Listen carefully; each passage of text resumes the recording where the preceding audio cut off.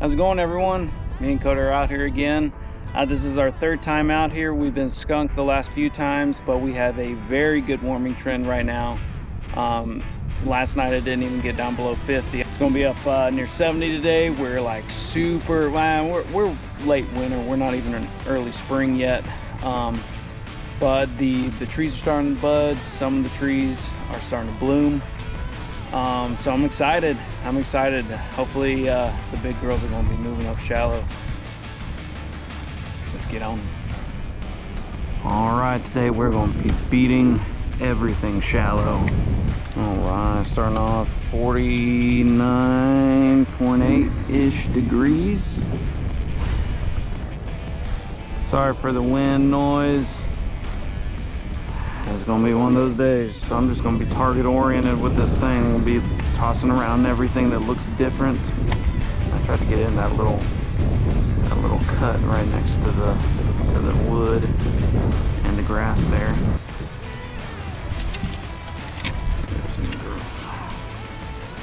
Shallow, want to get on a crankbait.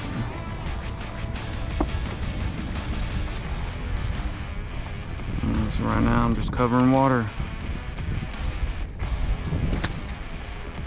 Make sure if you're ever trying to get leaves and algae and gunk off your hooks like that, what you're doing is you're trying to hit the water with your hooks, not with the bill of your crankbait, because that can break your crankbait. And a broken crankbait don't do anyone no good. It feels like I keep getting gummed up with all this algae and stuff.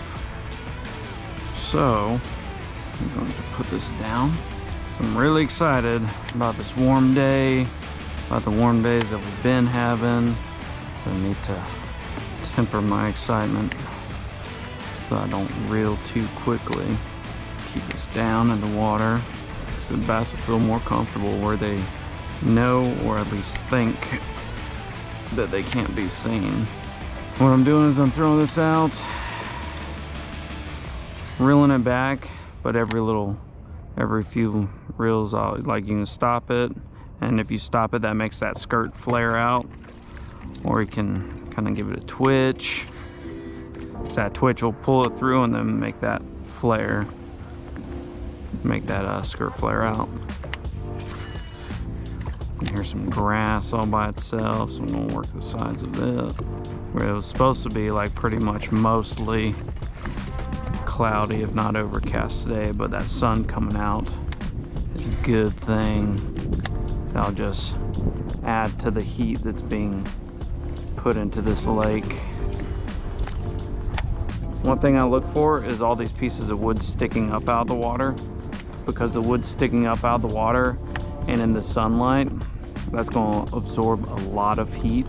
It'll absorb more heat than pieces of wood that are even just below the surface, because in dirty water like this, the light isn't able to penetrate the water as well, and so that heat radiation from the light isn't going to be able to really heat up that wood that much.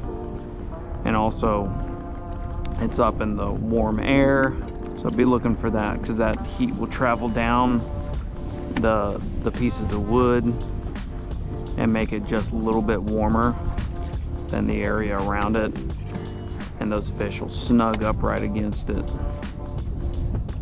like a little heating pad. This is a long point right here. Let's see if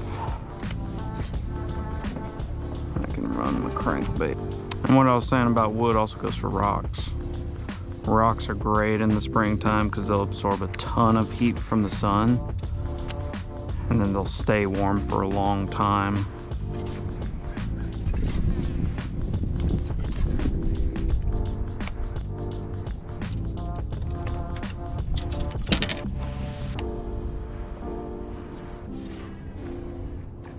If you see a log like this, oh, that's awesome. Just run your spinnerbait or swim bait or whatever you have, your chatterbait along it. Because those bass A lot of times they'll just get right up under it and put their backs to it just to warm up a little bit. Play around with the swim jig a little bit. Swim jig works slower, especially for these mornings where they're a little bit more lethargic. But you can really pick apart stuff, like these lay downs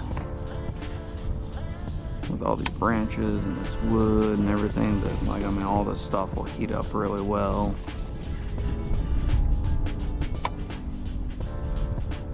Then you can guide your baits with your rod, move it from one side to the other. Oh yeah, that sun's what I want. Warm sun, warm wind. That'll hopefully just suck all the big girls to the bank. Trying to warm up on these warm spring days. And with this, what I do, I just throw it out there at a target. I just kind of fall down, pull it up, and then let it go back down. Pull it up, let it go back down, because it'll go up and that tail kick quick, and then as it falls back down, that tail will kick as well. Oh, there's one. Oh no! That's a good sign. And then we just think about it, so the sun's shining over here, so this west bank is gonna be the first to heat up. It's just gonna absorb that sun all day. The west side will be really good on days like this, because we not only have the sun rises in the east, so it's gonna shine on the west side first, and then it's just going to absorb heat as the day progresses. And then we also have this warm wind that's pushing in here, so it should be really good on this side. Now especially is when I need to not speed up, just need to keep it slow. And like right here, there's this grass edge, so I'm really gonna work that. All these little divots and stuff in this grass. Looks like the grass is starting to green up, a few little green shoots pushing up. I want to see that grass get really nice and green. So that means it's really healthy, it's really producing oxygen. Like all these little, like this clump of grass right out there. Toss it up, drag it right next to it, drag it over it. So you're always looking for something different. So that's what the bass are looking for. They're not going to just, they're not as likely to just stay on a random part of a grass edge if it's all uniform. They're looking for like a little point to it, a little cut, a little divot, a piece of it that sticks out further, a little chunk out of it, so that they can set up that ambush, because they're ambush predators. You gotta think about, okay, well, if I was an ambush predator, yeah, there's a big wall of grass and then a little divot in it. Yeah, I'm gonna tuck in there so that whenever a bluegill or a shad or whatever goes by, just unaware, just come out and crush it, get an easy meal. They're not the smartest animal, but they're smart enough to know not to waste energy. And so this swim jig's something that I'm working a little bit slower, a little bit closer to the bottom. So with this, I'll kind of determine whether they're, and then move for something slow and more towards the bottom, or with the spinnerbait if they want something a little bit faster and a little bit closer to the top of the water column, or maybe that more so that mid-range, which this morning you know, it's still kind of cool water temps. My money would be on cooler or slower stuff. But then this afternoon, as stuff warms up, maybe they'll look for that higher stuff, since the top of the water column will, you know, be warming up quicker.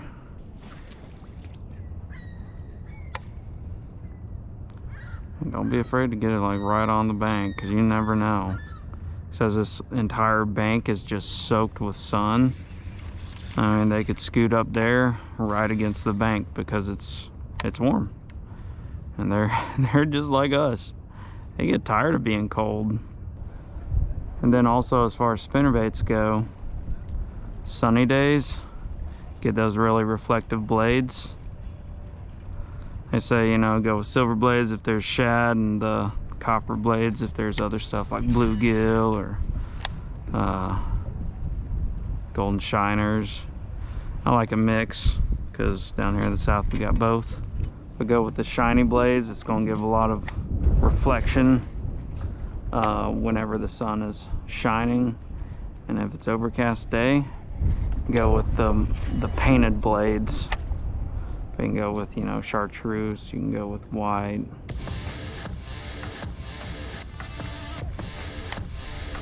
Because cloudy days you don't have as much. There we go. You don't have as many clouds. Oh, that's a good one.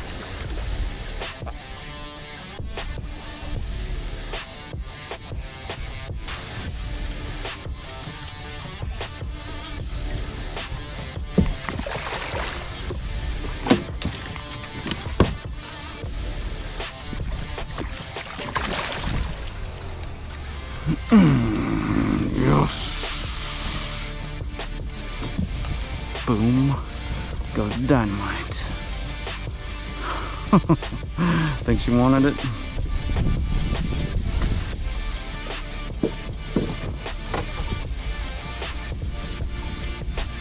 Oh, ooh, she's cold. But hey, she came right off the side of that wood. And that's what you gotta do. You gotta try to remember where they come off of so you can duplicate that. Duplicate success. 4.93. Not bad. Mm-hmm. Ah, what a pretty fish. All right, girl. Good. All right, there she goes. Yes. Let's get another. What do you think, Coda? What do you think? What do you think about that fish? Pull my little thing down a little bit. So instead of just taking it off and throwing a new one on, I do. Take some super glue.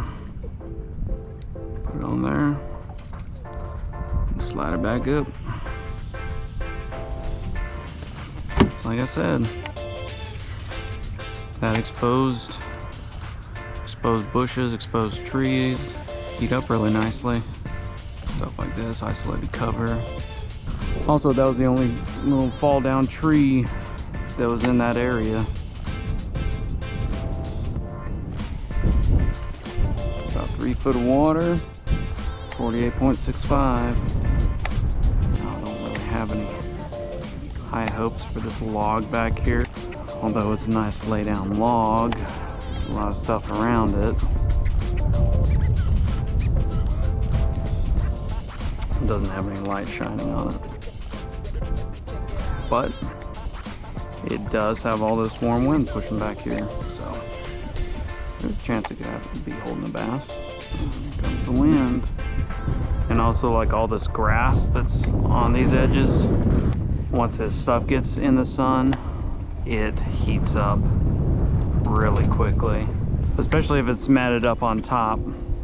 Because think about it, if you have a green or, I don't know, brown black blanket that you just put in the sun, like a knit blanket, kind of like this is with matted grass. Is that thing all heat up? You bet it will. I'll wager you a $3 donut on that. It's gonna heat up quick, and if they're already there, because it's a good ambush spot, they'll tuck into that grass. And with largemouth bass, as their body temperature heats up, their metabolism's gonna go up, and they're gonna be looking to feed, gonna be getting hungry. These big girls, they gotta eat. Gotta eat a decent amount, especially right now in spring, because they know that they're about to spawn here in, I don't know, just a month and a half. Especially the big girls, because they say the big girls will come up and spawn first, because that gives their offspring a better chance of survival, because they won't have as many predators. Because the other bass will be, you know, on beds and looking to spawn, so they won't be, you know, eating them as much. So these big girls coming up, eating everything in sight, getting ready to spawn, because they're hungry, because they know that they're gonna have to produce a lot of eggs, and that spawning is just tough on them. And also, every bluegill, every shad, every whatever that they eat is one less potential predator for their young. If you get hung up, here's one trick you can try to do, a little bow and arrow thing. So you go with a slack line, pull it back till your rod tip bends, and then let go. Do that a few times. Make sure your line is slack afterwards, because what that does is it sends a shock wave down your line to your bait and hopefully backs it off of whatever it's on. As hard as it is, don't be too quick to set the hooks all the time. So if I were to set the hook on that, I've been more tougher to get it out. Nice. Now after catching that big girl on that wood, I'm gonna be really targeting wood, trying to get my lures as close to this wood as I can. Really working all these angles. Now this isn't quite the same kind of area, but what I can do with this is I can eliminate water. If I go a ways without catching any fish or having any swipes or see any boils in the water, and then it's like, all right, maybe I should just stick to the sunny side of everything. All right, now since I'm working this grass, again, sorry about the wind, I'm gonna grab my swim jig so that I can throw it on top of the grass and let it fall down and really work these grass edges. And also really lets me get close to cover. All these lay downs, these limbs, these trees, these branches, and lets it really just slide along it, so it presents a really nice target for them. And there's a creek right up here. As we're approaching it, it looks like our temperature is going up, so it might be warm back in that creek.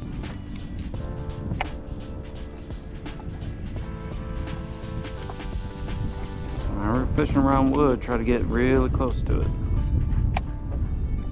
Spinnerbaits are pretty weedless, pretty woodless, snagless. I mean, not snagless, but snag resistant. Yeah, I thought that was someone else's line. Take a shot down the front of this wood if anything's sitting off the tip of it. And then as I come up to this wood, I'm just going to keep throwing it at different angles, because it's crazy how these bass they'll be set up and they'll be looking for something kind of specific. They won't want it across the front, they won't want it across the back. They'll want it like right where they're looking for it, and nothing else will do.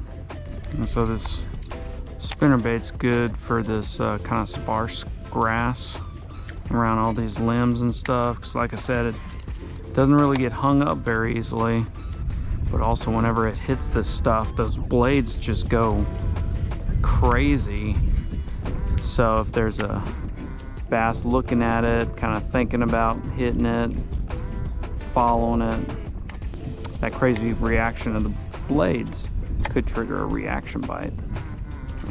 Because usually a reaction bite is triggered by, you know, your crankbait or your chatterbait or whatever going, and then hitting something and then just going all wonky. Because again, bass aren't dumb, and they don't like to expend energy that they don't have to. So usually they go after the wounded, the sick, the dying bait fish, the confused, the disoriented. That's an extra benefit of them staying in the shade on sunny days, because if there's bait fish going around in the sun and then they go into the shade, and what happens whenever you go from the really, you know, the sunshine outside into a dimly lit room? Like, it's really dark till your eyes adjust, right? Well, same thing happens with bait fish. And they're, for those you know, that 1, 2, 3 seconds, they might be a little disoriented, might not be able to see those bass quite as well, and they make an easy target for those bass that are looking to eat. So bass just swims up, easy meal. Alright, so here, since it's thicker grass, especially a lot of this green grass, switch to a swim bait so that I can better pick apart this grass next to this log. Really like that I'm seeing a lot more little green grass shoots. Alright, so now I'm just swapping from swim bait, crankbait.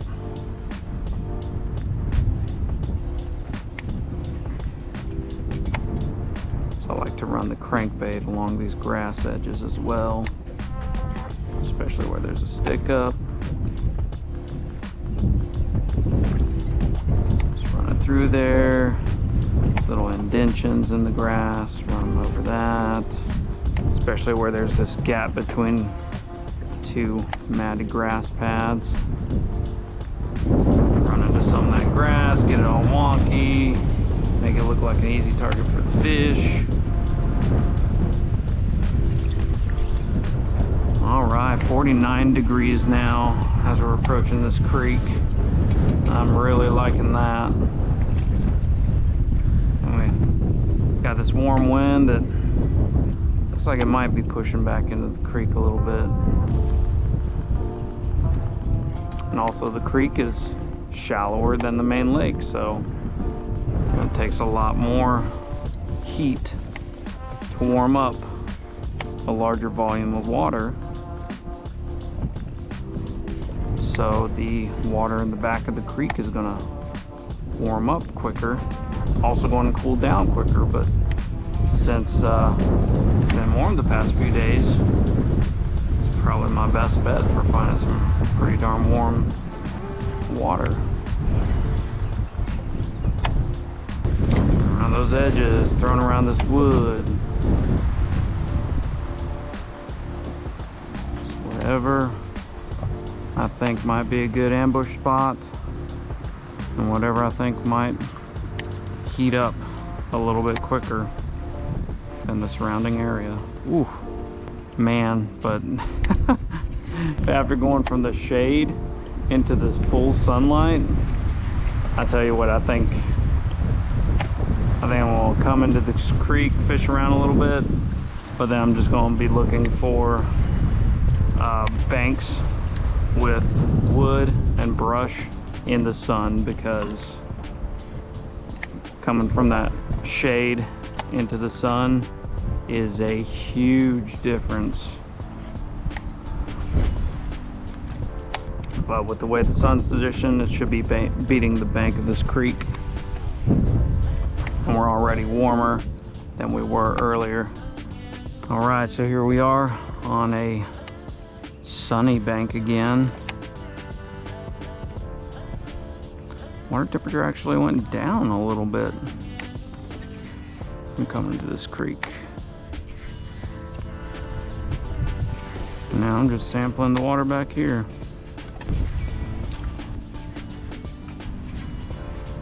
I'm now liking that the water temp is dropping back here.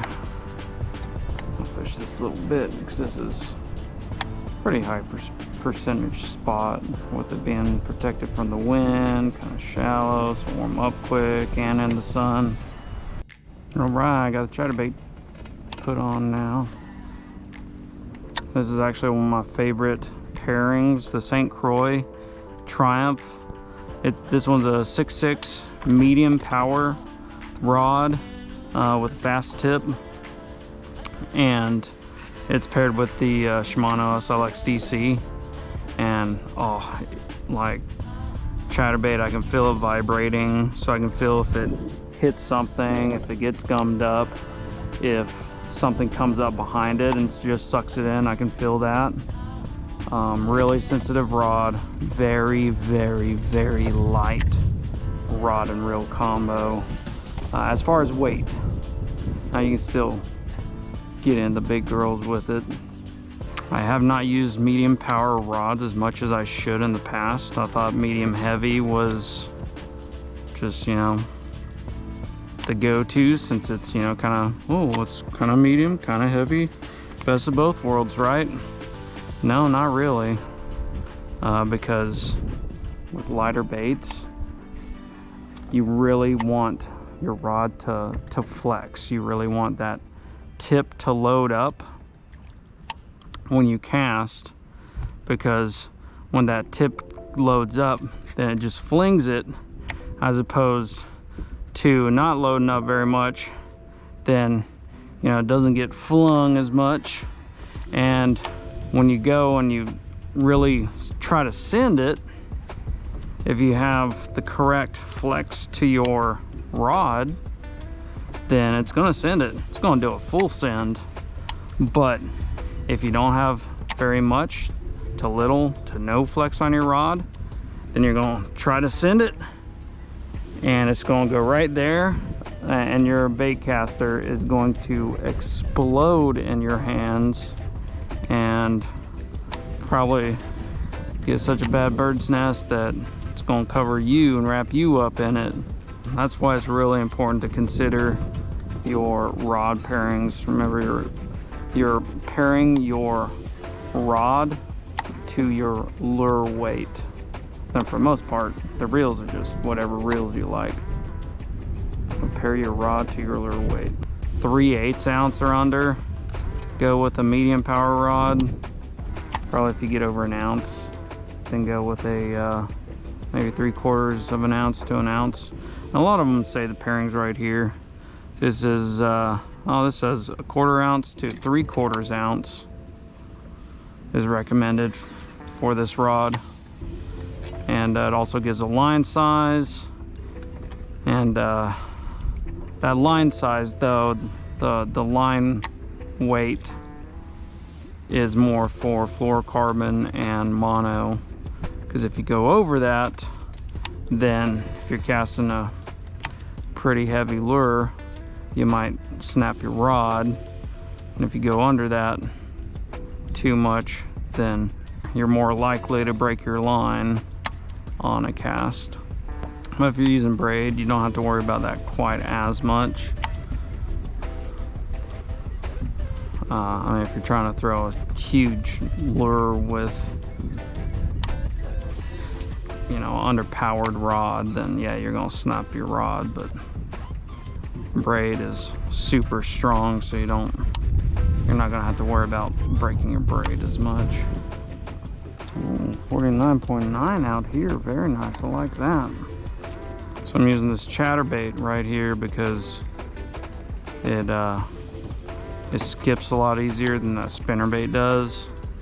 Still comes through grass, still comes around the logs and the brush and the cover decently well. It's not quite as snagless as the spinnerbait because it doesn't have that wire right in front of it, the big wire. It's got the little blade in front of it, and it shouldn't get snagged up. But if you're having trouble with them getting snagged up, sometimes that cause is if you're using a trailer like this that's narrow on the bottom but fat on the sides, because as it comes up and over logs and limbs, it has a tendency to turn on its side, but it really comes through this grass really well. A little bit better than the spinnerbait, especially stringy grass, because you know, you got the spinnerbait, those blades are going and just twirling off the back of it, so they can end up getting caught up in those blades. But with this just has the chattering blade on the front, just going back and forth, so it's not as likely to get grass and stuff caught up in that. And it's got the vibration, it's got, you know, some got flash. I've colored in some of mine so that I get the vibration but not quite as much as the flash. So I'm used to fishing a bit clearer water than I have here, to say the least. So I didn't want quite as much flash. I wanted to look more natural, so I colored that in so that hopefully the bass wouldn't see that as well. But since I'm out of the grass and all those overhangs and stuff, I'm gonna switch back to the spinnerbait. Ooh, and we've broken 50 on the water temp, 50.3. Especially with this grass once growing and it's not quite as stringy, and it's nice and healthy and resilient. It doesn't break off very easy, it doesn't get gummed up and stuff as easy. Like, it's fine to throw a spinnerbait through. It comes around and through lily pad stems, laydowns, pretty stout grasses. Probably get it through hydrilla decently until, and most grasses you can get it through decently until it really starts to spread out. Kind of like lily pads. Once the lily pads really start to spread out and open up, then the spinnerbait doesn't come through them very well.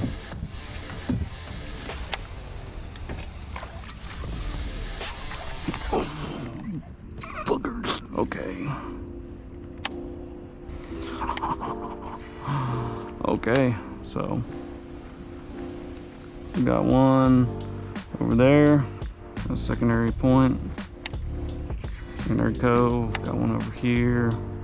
So what I'm thinking is that they're moving in, and it's kind of these secondary points might be what they're on, these like little coves and cuts. It's pretty aggressive because I think I was riding it up a little bit too far in the water column.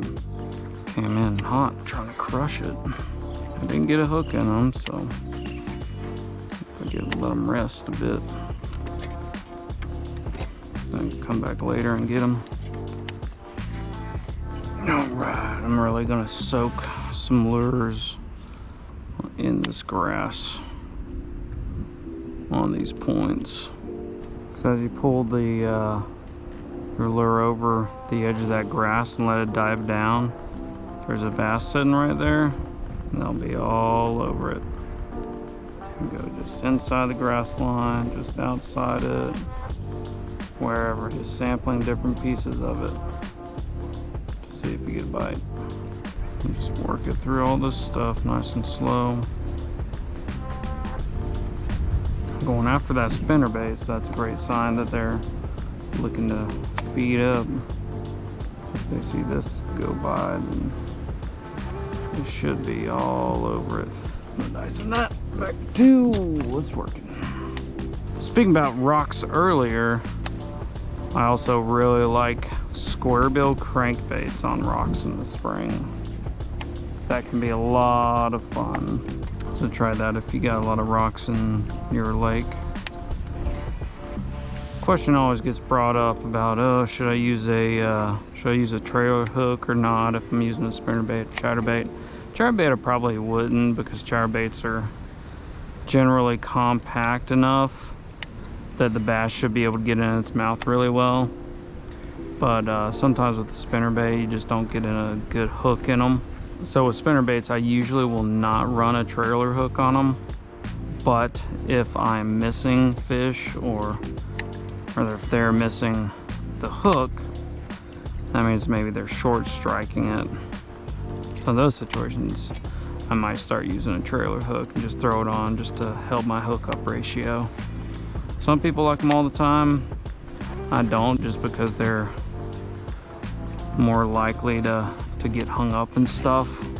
And I don't like breaking stuff off or having to go get my stuff out of brush or grass or whatever. The spinnerbaits too, a lot of times I'll throw them just a little bit inside the grass edge if it's not getting stuck up in the blades, and then bring it out of that. It makes it look a little bit more natural, like bait coming out of it. Makes it give it a little bit more commotion. Oh, they say spinnerbaits work well on a windy day. Well, dang it, I should be catching every fish in the lake. Although this bank is getting beat up by the wind, but that can be a good thing, because all these waves, this choppiness is adding a bunch of oxygen to the water, but it's also adding a bunch of warmth to the water. But we'll make a move. We got this creek back here, so probably some spawning areas back in here.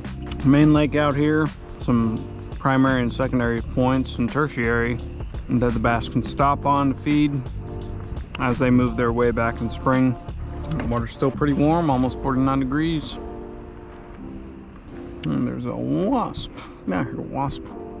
We got 4.8 feet, so good depth right nearby.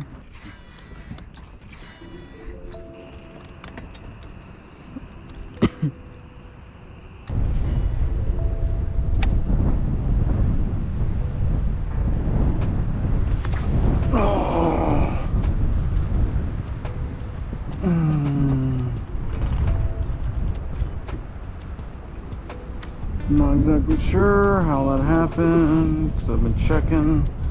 I'm not. Dang it.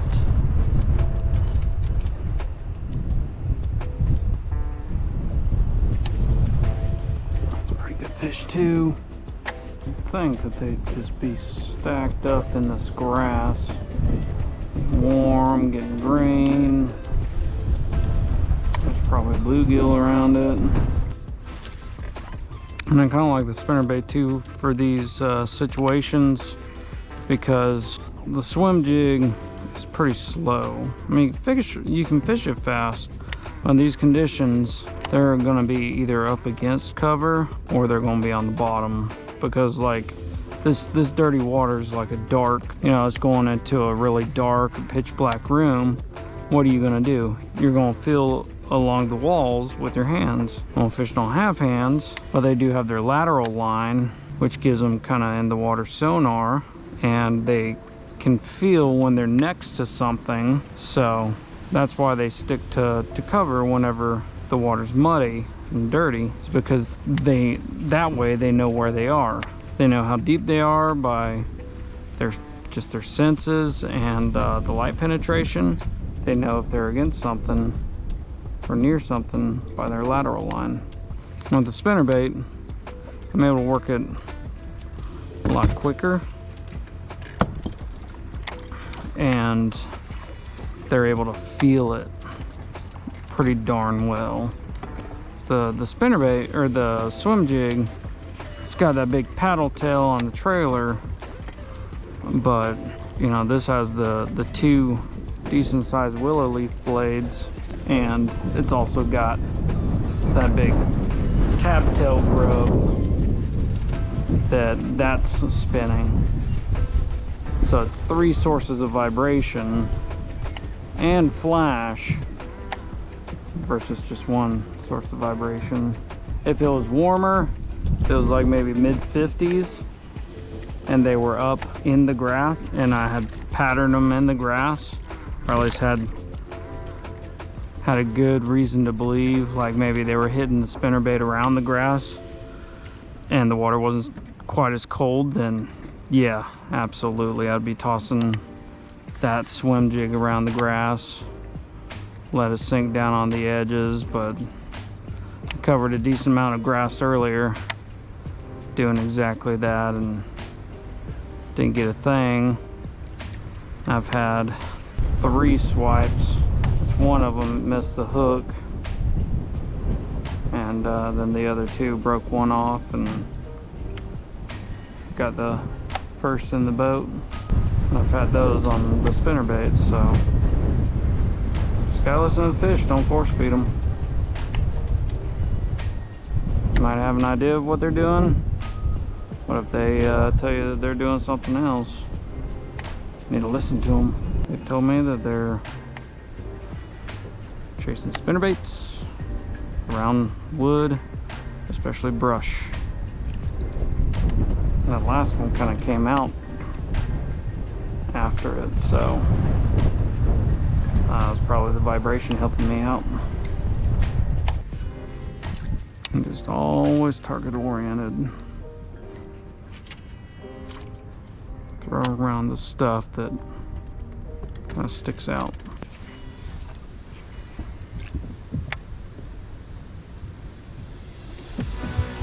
There we go.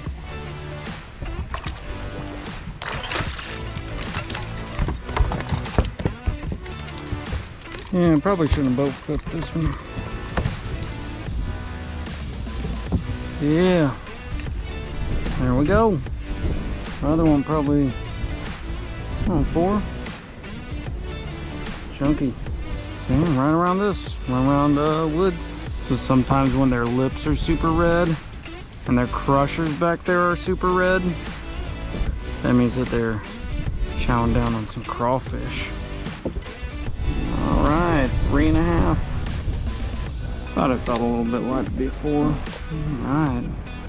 Another pretty fish. Go back and make big fish babies.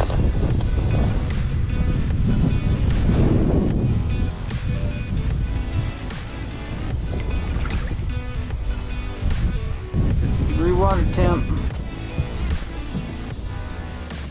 Hold it, chill out, bud. Gonna hurt yourself.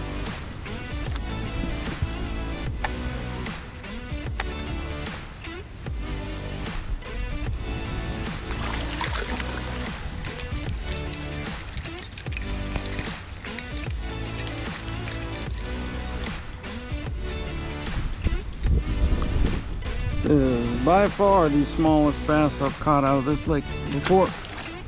Bye. Coda? Boy, don't fall in.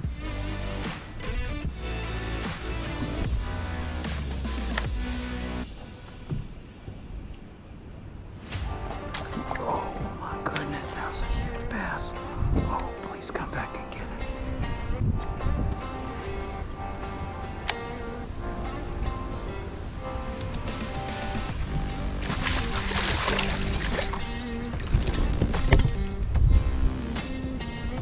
That wasn't you.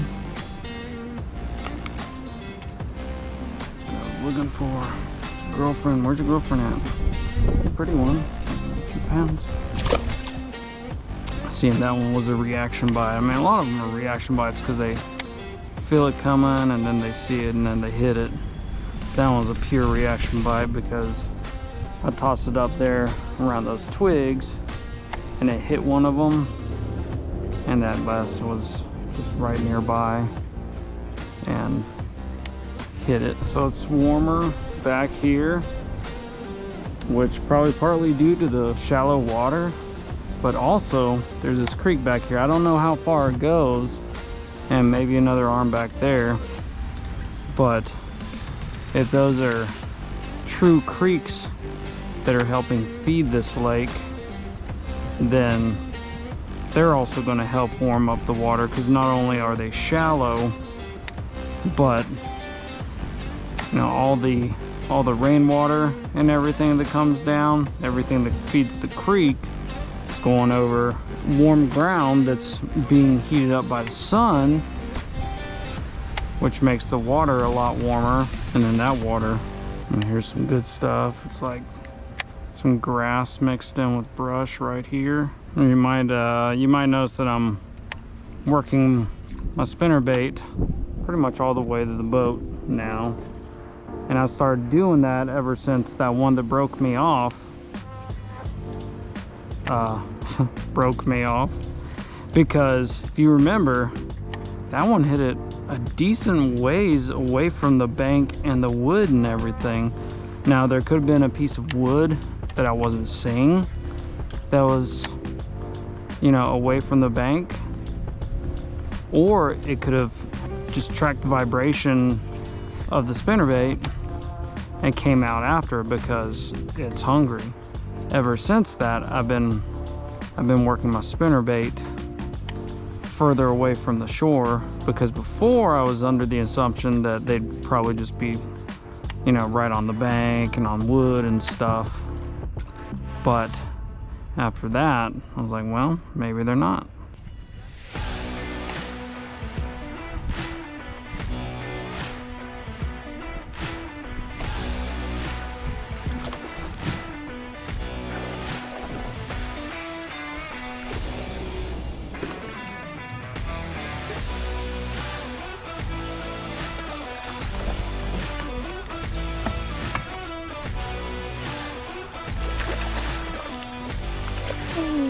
Yes.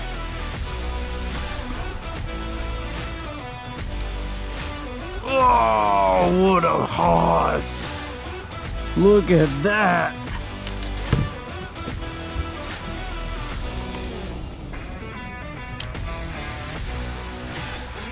Woo. Got a little milky eye going. Golly. Look at that fish, Coda. 6, 5, 6. Oh, goodness, girl. You're beautiful. Just beautiful. Thank you so much. Oh, okay. Oh, thank you, Lord. Thank you, fish. That was awesome, Coda. Whew. All right. Well, looks like I got a new favorite trailer. And Coda, I almost didn't bring my GoPro today. That'd have been silliness. 53 degrees back here. That might be why.